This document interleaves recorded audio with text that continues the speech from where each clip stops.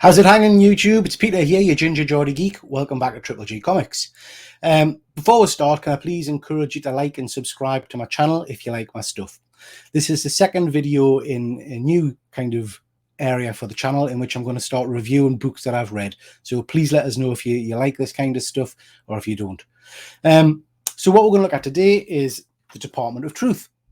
So this is a series that I've kind of not avoided, but I've tried to not read much about because I knew I wanted to pick it up in trade paperback format. I do have a couple of copies of issue number 1, but I've avoided the story as much as I can.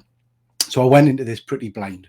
I was going up to Scotland, so I picked up a few books to read on the train from Forbidden Planet, and I got volume 1 and volume 2 of the Department of Truth.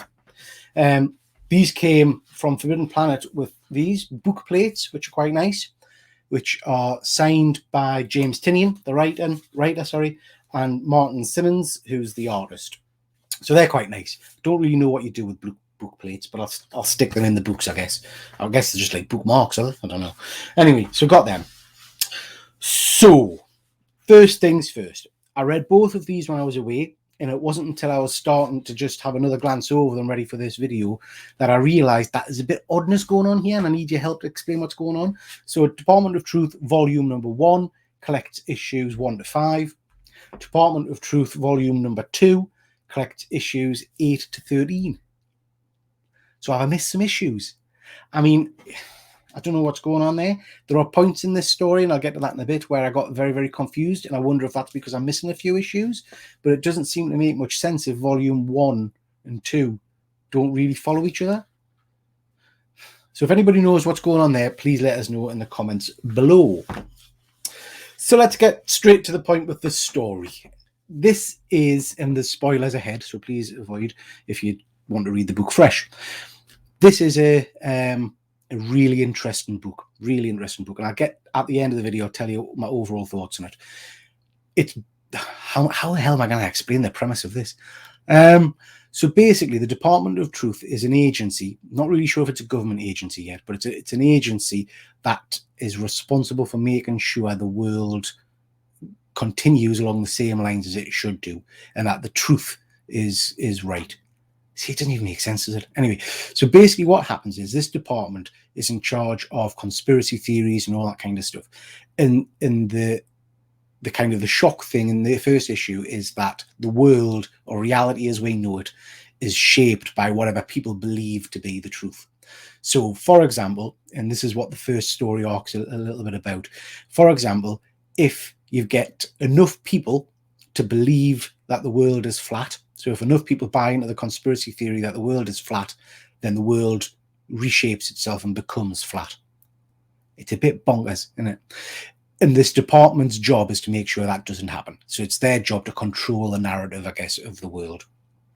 Now, if that sounds complicated, it is. And it gets more complicated as the story goes on, because then you discover that there's kind of a counter team called the Black Hats who are trying to basically let the world run wry, and they're trying to make people believe that there's lizard men living under the streets and things like that, all kinds of weird bonkers stuff. So in terms of the writing, it's interesting. It is interesting. It kept my interest all the way through.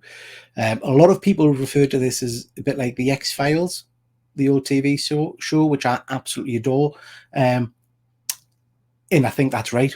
I think this is very much like the X-Files in that, and forgive us, people who love this series or people who love the X-Files, in that for my very simplistic Geordie brain, this is at its best, and the same as the X-Files was at its best, when it's kind of self-contained monster stories or short narrative stories for me. So, for example, there's a tremendous story in this about it's awful, but about a mother who loses her son to gun violence. Really enjoyed that one. There's a superb storyline about the legends of Bigfoot, and a very touching kind of story where the guy's been searching because his father was searching for a Bigfoot all of his life, and how he finally kind of finds him in the end. I loved that story. Thought that was brilliant. Where it gets lost, again, like the X-Files, is where it starts delving into the wider narrative for me. And you're talking about all kinds of weird interlinking conspiracies. And basically, I don't know if I'm just a bit thick, but it was a bit of a chore to read at times. Some of the storylines, some of the story themes and arcs, I had to really concentrate to read on and to understand, which is a shame. But I did plow through, and it did maintain my interest. But it's not a quick read, I don't think. I think it's the kind of book you've really got to invest some time in, and you've really got to try and focus on. Art, I think the art is stunning. It's a painted style. There's some real creepy imagery. The star-faced guy eating the babies is rank. The artwork, I think, really lends to the story itself. And Simmons, who I'm not really familiar with, does some absolutely phenomenal splash pages. The cover work is absolutely stunning as well. You'll have seen a lot of imagery of this red-dressed lady. She seems to be kind of front and center in a lot of the promotional stuff and the variant covers and all that kind of stuff. Not really sure I've seen much of her yet. She's been in a few of the issues, but she kind of drifts in and out.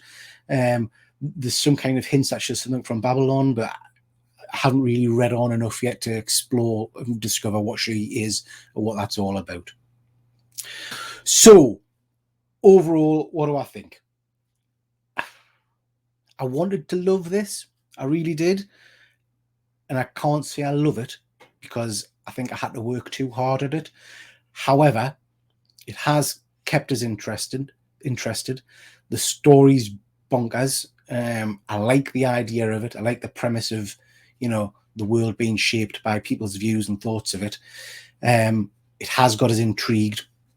I will pick up volume 3, I think, because it kind of ends on a bit of a cliffhanger at the end of volume 2. So I will pick up volume 3 just to try and see how it goes or see where it goes from here. But I guess what I would say is, like the X-Files, I prefer the standalone kind of single issues as opposed to the long overreaching story arc, which is hurting me brain a little bit. Okie dokie. That's what I thought about Department of Truth. Let us know your views in the comments below. Interested to know if it's just that I am incredibly thick or if other people think it's a bit of a challenge as well at times. Perhaps I just need to go back and reread it. I don't know. Let us know what you think. Okay, thanks very much, everybody. Catch you next time.